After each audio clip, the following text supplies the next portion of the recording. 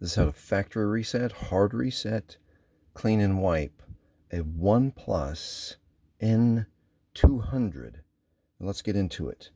So we're going to hold down volume down and the power button at the same time. 1, 2, 3, go.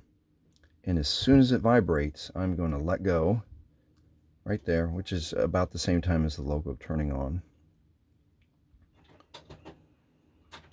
So we're going to wait a moment and the reset screen is going to come. And this is different because most screens are powered by the volume buttons. This is still powered by touch.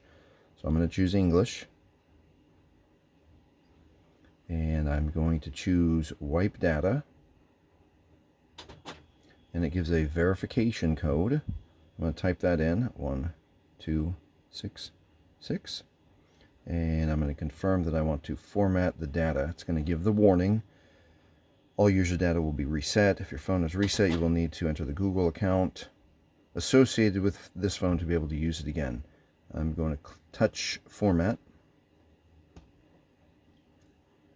And it takes just a moment, so we'll stand by here. And the wiping and the clearing of the data is successful. So we'll push OK. If this video has helped you, please subscribe and please give it a thumbs up. Thank you for watching.